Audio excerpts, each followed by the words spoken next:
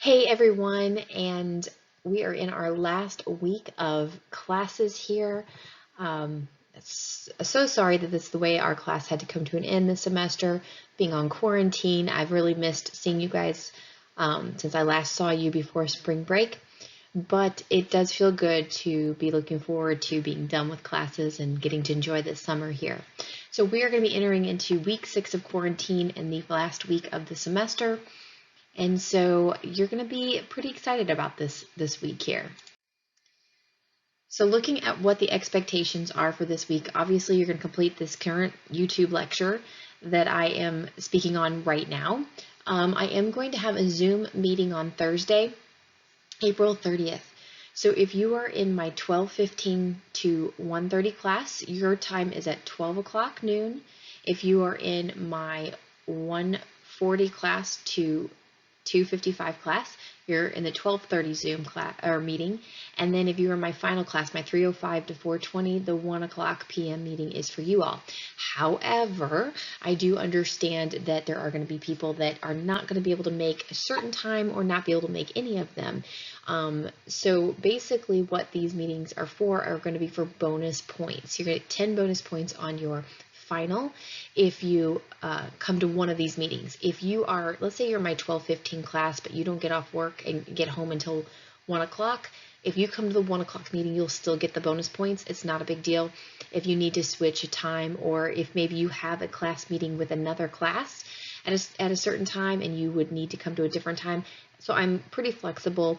When you are on Canvas, there is all the information about the Zoom meets, the links, the password is going to be music, that type of thing. So definitely look at that. Set yourself an alarm on your phone so you don't forget. But I just didn't want to go the rest of the semester and turn in your final work and not get to see you all or talk to you face to face once more. So I thought this would be fun. I'm not really looking for an in-depth class time. I just really want to say hello and goodbye one last time, end our semester, see how you are doing. Feel free to share with me things that are going on in your life.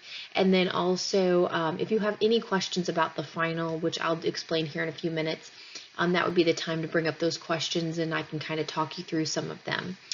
So anyway, make sure you can try to come to at least one of those Zoom meetings at one point in time, because I really do want to see you all before we go.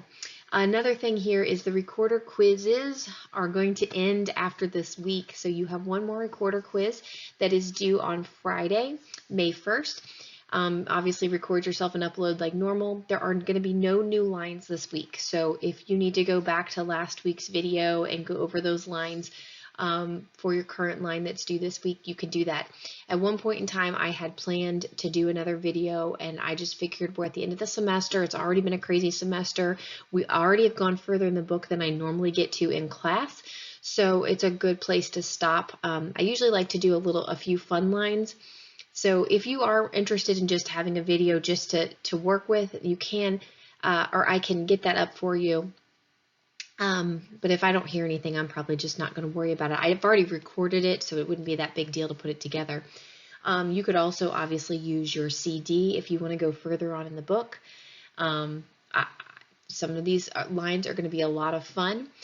So definitely, I know there's like Old MacDonald and there's Ode to Joy, and those were a couple ones I was going to hit this final week. So I definitely could put that out there if there is interest. It wouldn't take me very long to put the video together and get it uploaded. Finally, our final is due on Tuesday, May 5th. So this week I'm not actually having any major assignment due. This week is starting on your final. I wanted to give you a full week to ask questions, to get started here. This is what we would normally do. So what you're prepping is something that you would have prepped for my class anyway. The only thing is you're not actually going to get to go into the classrooms and teach it, which is what we do. So the last week of class here, what we would normally do if we were meeting in class is we would actually be doing rough drafts or dress rehearsals of your class or of your teaching, and you would actually do it in groups. So I don't know if this is less work on you or not because you're having to do one by yourself. And then after our dress rehearsal next week during finals, we would actually go into classrooms and teach our lessons. Obviously, that's not happening this year, but I still wanted you to create that circle time experience and be able to do that on your own if you needed to when you were one day actually in the classroom. And then the reason why I'm having it due on Tuesday, May 5th, is I wanted to give you several days to get into the peer review that's due on Friday. So I have it set up on Canvas that you are required to do 3 peer reviews. Now, Canvas is supposed to assign you people to do those peer reviews for. I have never done this before. It may not work and I may have to try to do something else. So be prepared if I have to switch things up and do it a different way. But I would like you to review 3 of your peers' circle times. Just see what they came up with themselves, okay? So reminder, you have this entire week to start working on your final, and it is due Tuesday, May 5th. Do not wait till Tuesday to start it. Okay, I'm not going to have a lot of sympathy for you if you're still trying to put it together on Tuesday, okay? I mean, start working on it now. You don't have to have it all completely done by Tuesday, but or before Tuesday, but definitely if you have some major questions, you know, Tuesday night is not the time to tell me. And then you'll have a few days after that to go through and peer review 3 of your classmates, okay? All right, so let's talk about the final. So what we're going to do is we're going to create a circle time lesson. So this is kind of a lesson, and this is what we do for, like I said, for our finals regularly as we create this lesson. The only difference is we actually go into the classrooms and teach it, and we're not going to have that experience. So what you're going to do is you're going to pick a specific topic and a specific age level. So make sure that your topic goes with whatever age level that you're picking. So let's say you wanted to pick the topic of telling time. Well, that is taught in 2nd grade, so you want to make sure that that is your age level. So if you need to go check out the Kentucky standards, definitely do that and see what's offered at that age or whatever age level that you want to teach. Or if you want the topic and you're trying to figure out what age level, that's a way to find out too. What you're going to do in this lesson is you're going to put together an introduction activity. You're going to use a book. You're going to use music activity or song in there someplace, and then a final activity. And this can be something, usually because we're in the classroom, we do a lot of times a game. Sometimes it's a craft. Sometimes it's a worksheet, a coloring sheet. So you have a lot of this is going to take place of your final assessment, because obviously you don't know these students. So I could have changed this back to the way you would do it for me for like a peer teaching 1 or peer teaching 2, but I decided to keep it the same because it would be really cool if you ever had a chance to get into a classroom and you needed to do something like this and you don't know the students. This would be a great way to do it. Now, the thing I need you to do is be very clear on your instructions and the directions to each section. I have to be able to understand what you're wanting the students to do. And normally I would watch you in the dress rehearsal and then obviously in the live teaching. And since we're not having those, I need very clear instructions on what you're expecting and how things are going to work. If you're going to do a worksheet or something, you need to have it created, whether or not it's already created or you're creating it yourself. It needs to be made. If you're using a specific song or you're using, unless you're going to write your own music, and in that case, that's fine. You're going to need to sing it for us. But if you are using another person's song, either have some sort of link to it or something like that, so we know what you're doing. So let's talk about this. So I already kind of talked about the topic there. And topics can be anything that is both age appropriate and interesting. I have some examples here. Space, dinosaurs, shapes, colors, manners are really good for like that preschool and kindergarten age. Telling time, like I've said before, is 2nd grade level. The water cycle, I've seen lots of presentations on the water cycle before. And that's not limited to what you have to pick from. You can pick anything that would interest you.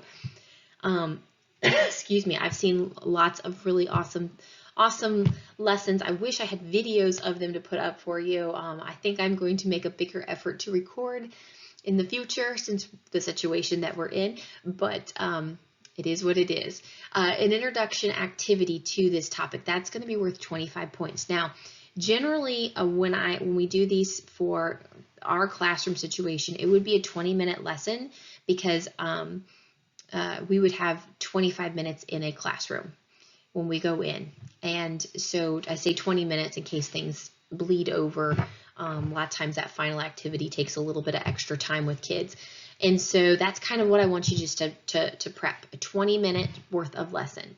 So your introduction activity doesn't need to be very big or very long. We don't want it to take up 5 whole minutes because that would be, 25% of the time you have. That would be a lot of time focused on an introduction activity. So keep your activity something very short and quick, 1 minute to 2 minutes long. And this is some way to focus your students in on what you're talking about. It could be a simple question. It could be asking them to do something real quick. It can be, and this is where you could use your music, and I'll talk about music in a second. You could use your music as the introduction activity. That's fine. But some way to grab their attention, get them thinking about the topic that you want them to know, that type of thing, okay? I'll have an example on the next slide, so don't worry, I'll give you an idea. Also, you're going to pick a book that goes about your topic. So you would read a book to them. I would suggest that you have some way to keep your students engaged. You don't have to use music, but you can. So you can use music to, you can have your song or musical activity within your book if you need to, okay? So that's a possibility for you as well. When we did the children's book presentation, you could do something similar to what you've done or what some of the examples that you saw. When you are reading, you want to make sure you have a big personality with your students. I can't tell you how many presentations I have witnessed where whoever was reading it was as dry as could be. Your students want to be engaged with you, so make sure you have a big personality and that you are, reading to them to keep them engaged, as well as engaging them with those elements. And like I said, it can be with music or it can be without music, but some way to keep them actively listening is kind of what we're looking for there. Then the next thing, and this one is worth the most points because you are in a music classroom. You need to have some sort of song or musical activity that goes with your subject. Now, excuse me, you could teach through rote, a song, you can listen to something, perform motions, you can create a rondo with their students on your topic. There are so many different things. A lot of times, depending on what you're talking about, I've had students do something similar to our holiday presentation. Maybe it wasn't a holiday, but they were teaching about another culture, and so they used music to teach that other culture. I've had students they're going to be talking about telling time, and they have found a song that goes along with how to tell time. There's a really weird water cycle song with a man that has a cat head on that I have seen many times because that is a favorite for that water cycle. So, excuse me. So you can look through those ideas there. And then a final activity is going to be worth 25 points. So this is going to be replacing that final assessment because, like I said, when we go into the classrooms for that to do our teaching, we can't assess them. We don't know the students well enough. We're not collecting worksheets and making sure they learned it.